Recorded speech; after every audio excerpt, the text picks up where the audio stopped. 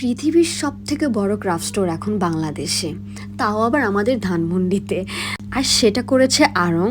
আর এটার ওপেনিং হয়েছে আজকে, মানে 7 মার্চ। আজকে কারা কারা গিয়েছেন অবশ্যই কমেন্ট করে জানাবেন।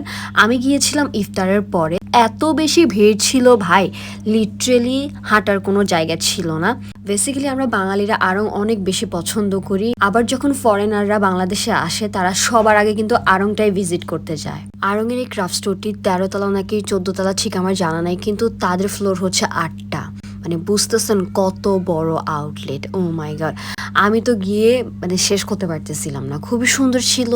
অলসো টেরাকোটার যে ডিজাইনটা, মানে ফার্স্টে যখন আপনি উঠবেন তখন হাতে বাম পাশেই এসকালেটরের পাশেই হচ্ছে টেরাকোটার একটা ডিজাইন আছে। এখানে তো লিটারালি ছবিই তুলতে পারি না, কারণ এত বেশি ভিড় ছিল মানুষের।